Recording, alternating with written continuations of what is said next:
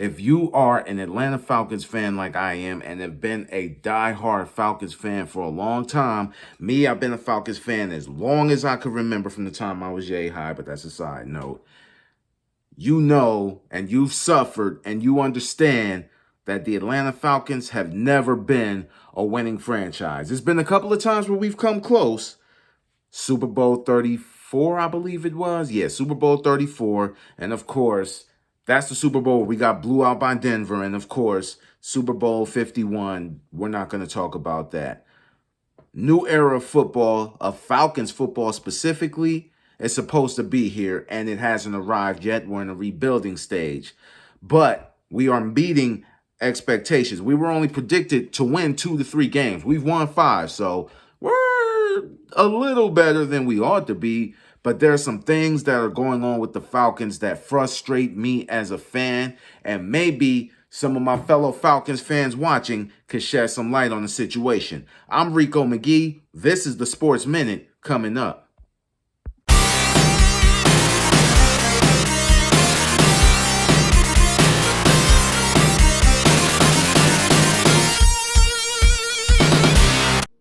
So it's pretty apparent that once we got rid of Matt Ryan in the offseason and sent him to Indianapolis for a draft pick, we pretty much knew that we were going to be in some crap as far as the cap space is concerned. We are in a cap space hell, and we are trying to put a football team together with literally nothing. It's like trying to make a beautiful, delicious looking pork roast dinner out of chitlins. And let me tell you, chitlins are pretty disgusting. Our cap space is nasty right now, and we're doing the best we can. But once the off season ends and we get that $100 million in cap space, we'll be able to sign and bring in some key veterans because Atlanta has a lot of talent, but we have to draft better than what we've been drafting. I'm sorry to say it. The front office has got to go.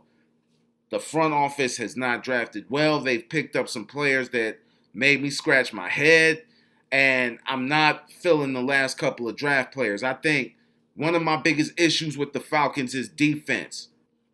The Falcons' defense has only been top 10 5 times since 1998.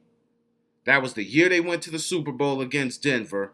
That was 2002, 2010, 2012, and the 2017 season.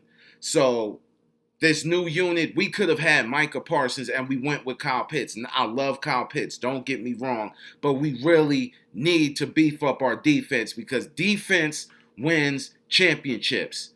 I feel like the Falcons are trying to replace Julio Jones with all of these receivers that are, 6'3" and above and things like that. No, that's not going to get it done. We need defense. A.J. Terrell needs help. Grady Jarrett needs help on that front. I mean, we already got rid of Deion Jones. We need a linebacking core. We need defense. That's just the bottom line. Then we probably should have started looking into what Desmond Ridder can do weeks ago. I'm talking, matter of fact, not even weeks, months ago.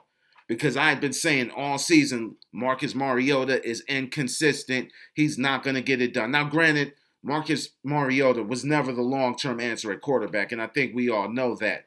But you drafted Desmond Ridder for a reason. The least you could do is just get him in early. We don't have any expectations. We're not going to be that good. And I knew that heading into the season. We're not going to be great. Why not throw him in there? Let him learn. Let's see what he could do. He looked pretty good in the preseason.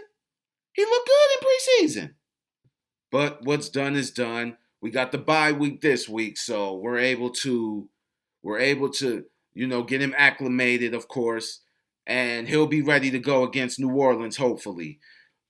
No matter if the Saints suck or not, they're going to show up to play us. That's rivalry week. That is our most heated rival, and I really hope he does well in that game. I don't have any expectations heading into that game. Number 3, Arthur Smith got to be better with the play calling. Has to be better with the play calling. There are times where, I watched that game against Washington a couple of weeks ago, and Washington had no answer for the run. Why are you trying to go for it? Why are you trying to throw the ball at the 1 on 4th down with over a minute in the game, and all game we've been able to run the ball down Washington throat, and you decide to throw it. Like, don't outsmart yourself. Don't outsmart yourself as a head coach, man. Like, we've got a solid run game. We've got young pieces in place. Cardell Patterson, he's not young, but he's still solid. Tyler Algier, Caleb Huntley. I mean, we got a nice little run game. I'm telling you that right now. It's just sometimes I think he outsmarts himself sometimes. And this is just my personal opinion, not trying to knock this man, but I think he outsmarts himself sometimes. I think sometimes Arthur Smith goes out there, thinks he's the smartest guy on the field until he proves that he's not. Or it shows that he's not, and then he's like a deer caught in headlights, and then I'm sitting there looking at the screen like, what the hell are you doing, man? And by the way, stop saying that we're a playoff contender. We don't even want to be over 500 yet. We still learning how to play good, man. We are not a playoff contender yet. We'll be lucky if we finish third in the division, depending on what happens next Sunday.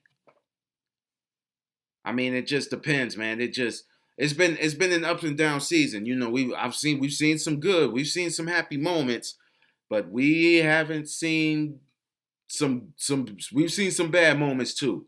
But anyway, let me know what you think in the comments, Falcons fans. Continue to hit like, hit subscribe, tell everybody in the A-Town what we got going on right here at the Sports Minute. I'm Rico McGee, and as always, we'll see you in a minute.